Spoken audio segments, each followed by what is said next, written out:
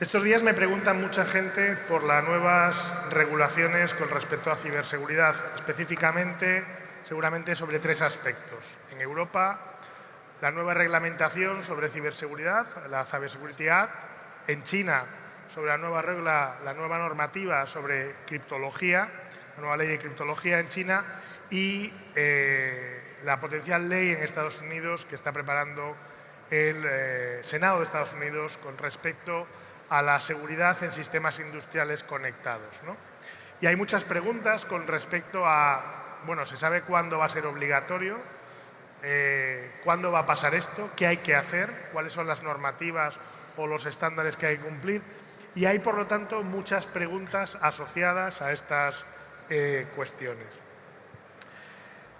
La verdad es que la respuesta que le doy a todo el mundo es la misma. Hay muchas cosas todavía por definir, ¿vale?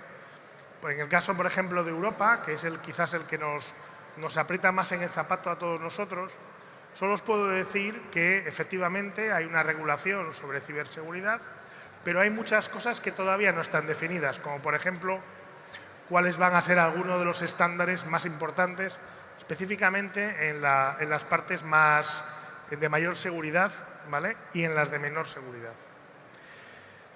Pero la normativa ya está aquí, ya está firmada la Ciberacta, se firmó en junio de este año y, por lo tanto, ¿vale?, tiene un periodo de implementación ya fijado, ¿vale?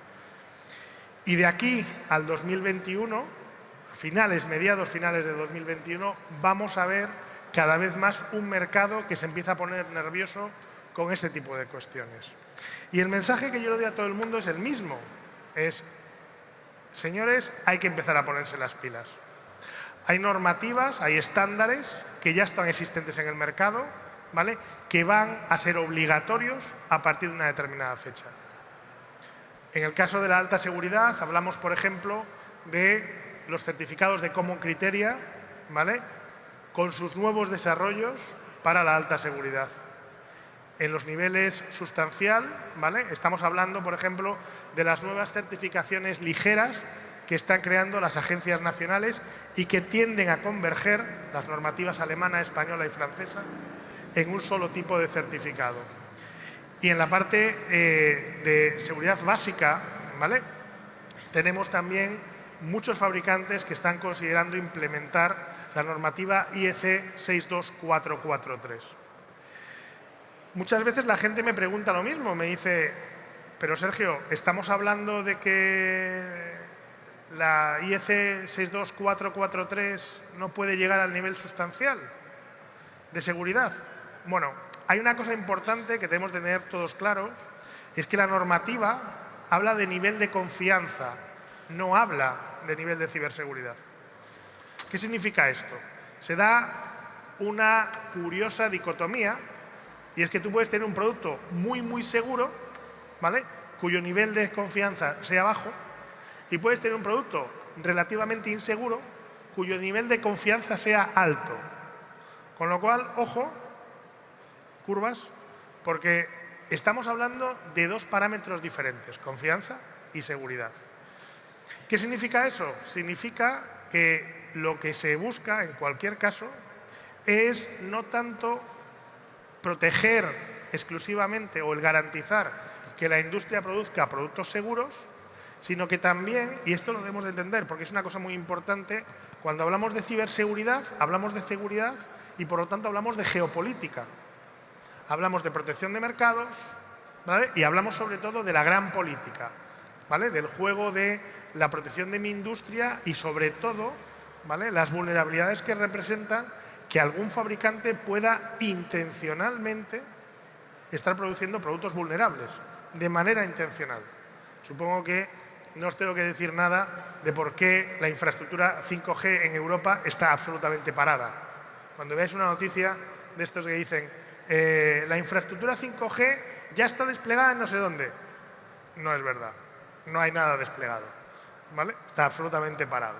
Y está parado por un motivo, porque hay sospechas de que hay gente que de manera intencional está poniendo puertas en los determinados productos, puertas traseras, para poder acceder a información. Por lo tanto, Cuando hablamos de certificación en Europa de ciberseguridad, no solo hablamos de producir, que también es muy importante, productos seguros desde la base, que debe de ser el objetivo de cualquier fabricante, ¿vale? Producir productos seguros para no estar expuestos a daños de reputación cuando hay un ciberataque, sino que también hablamos de protegernos de fabricantes que intencionalmente puedan estar poniendo un producto vulnerable en el mercado. Y estos son, bueno, por no liar mucho más, algunos puntos que os quería comentar, ¿vale? Para reflexión conjunta. Ya sé que es un poco desesperanzador que cuando normalmente llaman a alguien para que clarifique un poco, deje más preguntas tendidas que respuestas. Ya sé que es un poco así raro, pero lo cierto es que el mensaje que sí que os puedo dar es que, aunque parezca que ahora mismo el campo está un poco verde, porque los estándares todavía no están definidos, hay que empezar a andar. Porque lo que sí que os puedo decir es que implementar ciberseguridad en una cadena de producción exige la absoluta revisión de todos los procesos de diseño, de producción y, lo que es más importante, del concepto mismo de diseño del producto. Por lo tanto, es una escuela de aprendizaje que no se hace en 6 meses y no se transiciona en 2.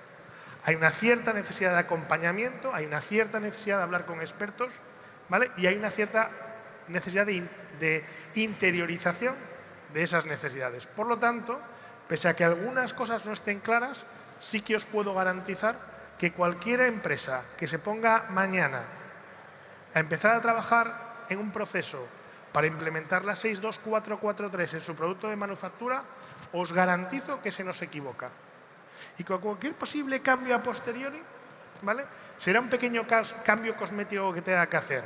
Ahora bien, el que espere a agosto de 2021 para comenzar con este proceso, llega tarde seguro. Pues Sergio, muchísimas gracias, porque desde luego yo creo que la introducción al panel ha sido fantástica, porque has lanzado, digamos, varios conceptos que creo que son muy relevantes, ¿no? Y nos ha servido para capturar nuestra atención. El primero es desde el punto de vista del marco normativo, ¿no? Comentabas o sentabas las bases de que hay un camino trazado. Se han llevado ya unos pasos, yo creo que firmes y bien dirigidos, pero sí que es cierto que has dejado 2 cuestiones en el aire que luego vamos a ahondar en ellas, porque yo sí que me voy a centrar en preguntar un poquito más en detalle desde la visión de, oye, yo quiero llevar esto adelante, ¿no? Luego también yo creo que has hecho un comentario muy interesante desde el punto de vista de los distintos tipos de estándares y, sobre todo, desde el punto de vista del enfoque de que no es tanto el qué, sino que es tanto el cómo, ¿no?, en la introducción, que es algo también que lo vamos a comentar no solo desde la visión del ente certificador, sino desde la visión del ente que investiga o la gente que investiga y ayuda a las empresas a desarrollar proyectos, que es lo que representará nuestro compañero David de Ikerlan, ¿no? Y por último, yo creo que has lanzado un mensaje positivo, que es, tenemos ahora mismo mecanismos que igual no están tan relacionados con lo que sería la obtención de la certificación, sino que son marcos de referencia, como la IEC 62443, que pueden ayudar a empezar a hacer ese análisis interno, decir, oye, ¿cómo enfrento yo ese proceso, que lo he hecho ahora mismo de una determinada forma, quizá guiado más por la presión del go-to-market, ¿no?, como lo hablábamos cuando preparábamos la mesa, que por los requerimientos que pueden venir de fondo en términos ya más de sostenibilidad de la línea de producto, en términos de reputación, seguridad y demás, ¿no? Entonces, bajo este contexto yo voy a ir un poquito más al detalle, ¿no? La pregunta del millón, y es con la que nos encontramos muchas veces cuando hablas con las empresas e intentas concienciarles, ¿no?, de que, oye, hay que empezar a mirar el tema de las certificaciones o de los marcos de referencia, es ¿y esto cómo va a funcionar? Y sobre todo, ¿esto cuándo va a aplicarse? Porque has lanzado unas fechas, 2023, meses, quizás sí, pero vamos a ir un poquito más en detalle. ¿Tú cómo lo ves? ¿Cómo va a funcionar? ¿Qué fechas? ¿Y cómo interactúa o cómo se complementa con normativas ya existentes? Bueno, primero, no es una pregunta demasiado sencilla de responder, ¿vale? Y aquí, que somos un pequeño grupo, no somos aquí 10.000 personas, pues sí que me atrevo a lanzar alguna fecha. A ver, hay 4 fechas que nos tenemos que quedar todos en la cabeza, ¿vale? Septiembre del año 2020 el año que viene, prácticamente a la vuelta de la esquina para este tipo de cosas de regulación. Tenemos ya a los grupos de trabajo de NISA, ¿vale?, haciendo las recomendaciones finales. Y ojo, porque ahí va a haber una sorpresa importante. Como van a ser recomendaciones para estándares, y esos estándares van a ser para implementar un sistema de conformidad de producto, solo pueden seguir la normativa europea 765, con lo cual solo pueden ser estándares que estén reconocidos o por CENCENELEC o por ETSI, que son las dos organizaciones de estandarización europeas. ¿Qué significa? Pues que cuando alguien os diga, no, es que el estándar IoT privado de tal plataforma no vale, porque estándares privados no se pueden emplear para hacer conformity assessment. Así que en septiembre de 2020 ya os digo yo que va a haber algo. Y ya os adelanto también que la 62443 va a estar, sin lugar a dudas. ¿Vale? La otra cuestión importante también es entender cuándo vamos a tener la obligatoriedad, que es un tema, ¿vale? La ley dice que será posible, pero no dice cuándo. Bueno, pues también os doy así un insight importante. Vamos a pensar todos que en el 2023, noviembre, diciembre, se revisan los acuerdos del Acuerdo Mundial de Comercio. Mirad, coño, ¿por qué es relevante? Porque es cuando van a caer tortas por todos lados por las medidas proteccionistas que significan los sistemas de ciberseguridad. Así que va a ser obligatorio en aquella fecha tener ya preparado un marco normativo de conformidad. No lo dice la ley, esto es un poco side channel. Pero se ¿vale? intuye. Pero se intuye. Y ya existen normativas que aplican a sectores particulares, ¿no? ¿Cómo cuadra esto? ¿Cómo se está viendo ese engarce? Bueno, hay dos de las cuestiones que esto es bastante típico en Europa, ¿vale? Nos pasa bastante. Es que uno de los problemas que tenemos a nivel Unión Europea es que la Unión Europea es un monstruo de muchas cabezas. Cada DG hace la vida a su libre albedrío, ¿vale? Pues uno de los problemas que nos enfrentamos es que la ciberseguridad, la DigiConnect lo abordó de manera transversal, pero alguna dirección general decidió gestionarlo a su bola. Entonces ahora, por ejemplo, tenemos requisitos de ciberseguridad en smart meters, en sistemas de medicina conectada y dentro de 2 días, como quien dice, la normativa red de aparatos eléctricos conectados va a incluirlo, ¿no? Entonces, la pregunta sería, bueno, Sergio, si mi aparato de electromedicina ya cumple los requisitos de ciberseguridad que prescribe la norma para poder certificarlo, yo no tengo que cumplir la ciberacta, ¿no? Error. Son dos cosas independientes. Está por ver cómo va a encajar. Muy probablemente cumplir una indique cumplir la otra y viceversa. Pero nos tenemos que llegar todos con la idea de que la ciberacta es una regulación de carácter superior. Porque es regulación de mercado primario. Ojo, ¿eh? Así que a nivel normativo estamos por encima de la ciberacta. Vale, y metiéndonos lo que sería ya, digamos, en el proceso, porque en la introducción has pasado de puntillas, yo creo que por algunos conceptos que son relevantes, ¿no? Entre ellos está este proceso de certificación, desde el punto de vista, vamos a decir, de los instrumentos que tenemos, el laboratorio, ¿no? Cómo entra, y luego aquellos, vamos a decir, atributos o niveles de confianza que los has dicho de forma muy rápida, además los has relacionado con unos determinados estándares, ¿no? Que parece que, bueno, visualizabas más o menos los que se están eligiendo. Es decir, ¿cómo sería esa unión de recursos, desde lo que serían las entidades certificadoras que bien conoces tú, lo que serían los estándares que se están, vamos a decir, posicionando y lo que serían los niveles de confianza, que si no recuerdo mal has definido 3, o sea, cómo se van a enmarcar todos estos elementos para que desde una empresa se sepa cómo atacar, ¿no? En función de mi producto, mi proceso. Bueno, vamos a ver. La ciberacta determina 3 niveles de confianza: alto, sustancial y bajo, ¿vale? Que hipotéticamente conforman una pirámide de productos. Habrá mucho menor volumen de productos en el sector con requisitos de confianza altos, bastantes más productos con el requisito de confianza sustancial, y el gran volumen estará en el nivel bajo. Esos 3 atributos de confianza lo determinan, a falta de especificarlo mejor. El nivel alto, estamos hablando cuando la vida está en riesgo, ¿vale? O está afectada una infraestructura crítica que puede producir fallos sistémicos. El nivel sustancial, estamos hablando de daño fundamentalmente financiero, ¿vale? Y por último, el nivel bajo, estamos hablando de un nivel de entrada para cualquier cosa. Entonces, esos son los 3 niveles. En el nivel de confianza alto, lo que se busca es entender conceptualmente todos los atributos del producto, con lo cual exige un análisis de caja blanca con el fabricante. Es decir, certificador y fabricante se sientan, fabricante explica todas las bases de diseño, de cómo se ha llegado a ese producto, tú tienes todos los planos, por así decirlo, ¿vale?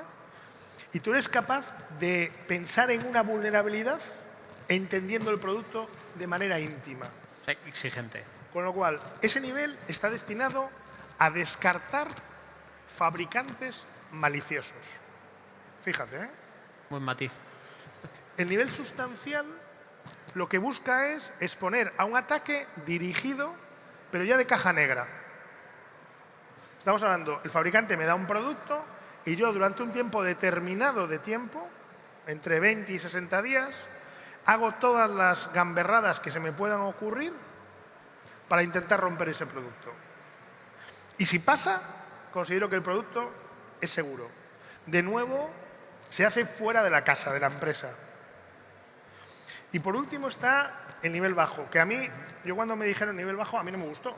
Dije, esto creo que es una mala acepción, ¿vale? Y a mí me gustaba mucho más capa base. Y esto es lo que tiene que implementar el fabricante porque no va a haber certificador ahí. Porque, es un autocertificado. Efectivamente. Estamos hablando ya del fabricante, ¿vale? Que tiene que implementar unas medidas en su cadena de producción para llegar a un producto final, ¿vale? Autocertificado, ¿vale? Y ahí estamos hablando en el fondo del 90% del mercado, ¿eh? ¿Vale? Porque llegar que tenga requisitos sustanciales y de altos van a ser muy pocos productos, ¿eh? Tenemos que pensar que un proceso para certificar un producto de nivel alto tardas entre 1 año y 1 año y medio, a veces 3. Que no es compatible muchas veces con las estrategias comerciales de time la to mayor market, parte de las empresas, ¿no? Efectivamente. Y ligándolo ya con la visión un poco de la empresa, ¿no? David, tú que estás desarrollando líneas de investigación en la parte más de requisitos de ciberseguridad en componentes embebidos, trabajando proyectos de experimentación, Sergio nos ha presentado un escenario que la verdad que está bien definido, tenemos una serie de hitos. ¿Cómo está percibiendo esto que nos acaba de comentar Sergio, la empresa, desde el punto de vista a dar un paso hacia adelante o no? ¿Y cómo lo estáis viendo desde el punto de vista de vuestro rol, ¿no? Como agente acompañante a las empresas en esta innovación de proceso o de diseño de producto, ¿no? Sí. Bueno, yo creo que Sergio ha conseguido sintetizar en poco tiempo mucha información, pero la realidad o la percepción que vemos desde Ikelani, que creo que se percibe desde las empresas vascas, es que es un panorama muy complejo. Muy complejo. Existen muchísimas normativas, algunas más generalistas, otras más sectoriales, algunas a nivel nacional, otras internacionales, unas muy maduras que llevan mucho tiempo en el mercado, otras muy nuevas, como la 62443 que has mencionado, que se ha publicado este año. Y es un contexto de bastante incertidumbre. Claro, aquí, bueno, hoy hemos tenido un poquito más de información, pero las empresas también tienen dudas en cuanto a, bueno, qué normativa puede aplicar en su sector, en qué plazo van a tener que certificar sus productos o con qué nivel de seguridad de los que define esa normativa, ¿no? Entonces, bueno, estas incertidumbres, digamos que no invitan a la acción. ¿Vale? Porque siempre tenemos, la empresa si algo es un ente pragmático, ¿no? Que se mueve por aquellas, vamos a decir, actividades que causan un efecto relativamente, vamos a decir, rápido o controlado, ¿no? Sí, al final, bueno, yo creo que sí estamos dando pasos. Por lo menos la situación que veíamos hace 5 años y la situación que vemos a día de hoy, a día de hoy estamos bastante mejor.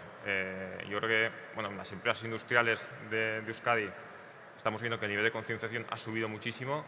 En casi todos los casos se están tomando determinadas acciones para integrar medidas de ciberseguridad en los productos que desarrollamos. Bueno, pues, normalmente se hace un análisis de riesgos y se empieza a tratar de establecer contramedidas para mitigar los riesgos más críticos, pero falta quizá dar ese salto de mirar hacia un horizonte de certificación de producto, es decir, de adoptar un enfoque mucho más integral de la ciberseguridad. Es que ahí me sale una pregunta, una cuestión, una duda, y es que cuando enfrentamos, digamos, el problema desde el punto de vista de la certificación, muchas veces, en algunos contextos, se ve el valor añadido desde el punto de vista de la obtención del sello, que es, vamos a decir, una acreditación que te permite poner en valor un producto o un servicio de cara al mercado, ¿no? Un proceso de certificación es algo mucho más complejo y que desde la visión interna, o sea, tiene más valor añadido. O sea, ¿qué le dirías a alguien que puede enfrentarse a un proceso de certificación con el único objetivo de obtener ese sello? O sea, cuando hemos dicho que puede ser un proceso que no solamente afecta al producto, sino que afecta, digamos, a todo el ciclo, a todo el proceso de diseño, ¿no? Fabricación y despliegue. ¿Qué otros beneficios consideras que puede tener enfrentarse a esto? Bueno, sí que es verdad que en muchos casos la motivación principal para enfrentarse a este tipo de certificaciones es esa obtención del sello que te permite pues, dar una garantía a tus clientes o al mercado de que cumples con unos mínimos exigibles de ciberseguridad. Pero bueno, al final este proceso de integrar la ciberseguridad y poder optar a un certificado implica unos cambios, como dices, muy importantes, tanto a nivel de producto, que posiblemente todos los productos que están hoy en el mercado y que no han sido paridos desde un punto de vista de ciberseguridad van a necesitar un rediseño, al menos a nivel de software y en la mayoría de los casos también a nivel de hardware. Y sobre todo a nivel de organización. Al final la ciberseguridad impacta en todos los procesos internos de la empresa. Nosotros estamos muy involucrados en la parte de desarrollo, especificaciones, diseño de arquitectura, codificación, fases de validación y verificación, pero va mucho más allá que eso. También afecta a la parte de producción, de mantenimiento, de operación de producto, de gestión de actualizaciones, relación con los proveedores, gestión de la información a nivel interno, definición se me están poniendo los pelos de punta de todas las cosas, ¿eh? Definición de roles en la organización, formación de los equipos de desarrollo. Digamos que las implicaciones son tremendas y bueno, al final lo que consigues es alinearte un poco con las buenas prácticas que definen los estándares. Un estándar al final se puede resumir así, ¿no? desde esa visión. Con lo cual lo que entiendo que estás llevando ya lo que sería el trabajo a nivel de método, ¿no? Y al final el implantar un método es función del tiempo, ¿no? O sea, no es algo que esa es otra de las dudas, porque hablabas de que en un escenario de incertidumbre muchas veces no se da el paso hacia adelante, ¿no? ¿Esto es una decisión que puedes tomar de hoy para mañana, en septiembre del 20 o en el siguiente hito? ¿O cómo lo veis desde el punto de vista de la realidad de los proyectos que estáis viendo, ¿no? Sí. ¿Qué aconsejaríais? Sí, ahí estoy totalmente de acuerdo con los mensajes que ha lanzado Sergio. Yo creo que a día de hoy la mayoría de nosotros no vemos una urgencia para conseguir la certificación, pero yo sí diría que existe una urgencia para empezar el camino, ¿no? Porque decíamos que las implicaciones son muy importantes, el camino es largo y aunque todavía existan algunas incertidumbres, digamos que hay un 80% de los requisitos y de los procesos que tenemos que abordar que ya sabemos con bastante certeza cuáles son y podemos empezar a recorrerlos, ¿no? Entonces, lo que sí solemos recomendar, y es un buen punto de entrada, ¿no? para abordar este tema, es hacer lo que llamamos un gap análisis, ¿no? Ver cuál es la foto a día de hoy, ver qué nos falta para cumplir con las exigencias que dictamina el estándar y hacer un roadmap o hacer una estrategia para ir cumpliendo con esas exigencias de forma progresiva, ¿no?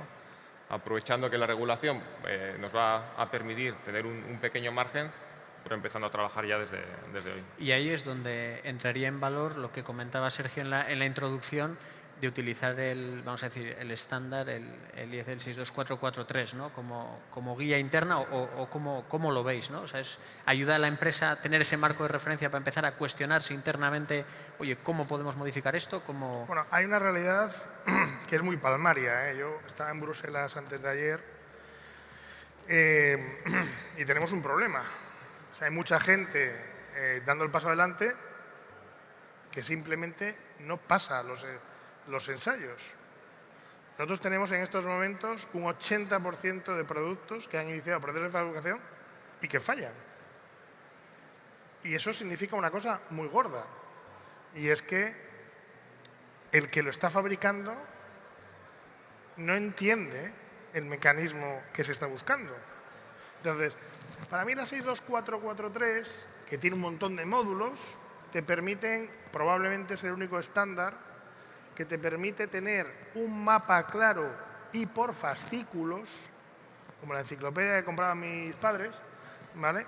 Que te permite ir en plan hormiguita, ¿vale? Ir haciendo los cambios que hacen falta en tu organización, en los diferentes cubículos de la organización, para que sin un esfuerzo superlativo y sobre todo sin hacer la Revolución Francesa, llegues más o menos en tiempo a tener un concepto claro y unos mecanismos claros que permitan acabar un producto certificado. Yo, para mí, ese es el matiz, ¿no? Es decir, por lo cual no puedes comparar un Common Criteria, que es un ensayo de producto puro y duro, que no interesa que el fabricante sepa cómo funciona, lo que interesa es que sepa los atributos, ¿vale? Y un 62443 que lo que te ayuda es un estándar de acompañamiento para el fabricante para acabar en un objetivo, ¿vale? Que es producir de manera segura. Que en la fase en la que estamos parece que, digamos, sería la herramienta más efectiva, ¿no? Sin lugar a dudas. Y antes de dar paso a las preguntas del público, que confío en que habrá alguna, os voy a hacer una pregunta, poniéndome yo en el rol de una empresa, ¿no? Escucho, estoy en la audiencia, lo que habéis comentado es tremendamente interesante y digo, oye, pues voy a empezar a dar una vuelta a esto, ¿no? ¿Qué me aconsejaríais? 2, 3 conceptos que sería lo que debería hacer yo primero en casa para poder contactar con vosotros y poder, bueno, llevar una reunión medianamente efectiva, ¿no? De valorar o si iniciamos ese gap análisis o dónde me muevo. O sea, ¿qué tendría que hacer yo en casa? ¿Qué tendría que saber yo de mi propia casa para poder arrancar este viaje, ¿no? Vale, bueno, yo creo que un poco resumiendo todos los mensajes que hemos lanzado a lo largo de la conversación, lo primero es tener la determinación de que quieres empezar a recorrer este camino, ¿no? Hemos dicho que es un proceso muy largo, que implica cambios muy importantes en producto y en la organización. Y lo primero es asumir que eso va a ser así. Entonces, una vez dado este paso, hay que empezar a definir cuáles son esos procedimientos que vamos a de alguna forma, integrar en nuestros procesos internos para cumplir las exigencias en cuanto a ciclo de vida que marca el estándar, ¿no? Luego, también hay que tener en cuenta que esto, claro, una cosa es definirlo, ponerlo en marcha y luego otra cosa es digerirlo de alguna forma. Digamos Mantenerlo. Mantenerlo y eso es. Y que todas las personas de la organización lo hagan suyo. Porque si esto no se hace de forma conjunta, digamos que no tiene mucho sentido. ¿Dónde entrarían ahí los...? Porque entiendo que esto va de recursos adicionales, ¿no?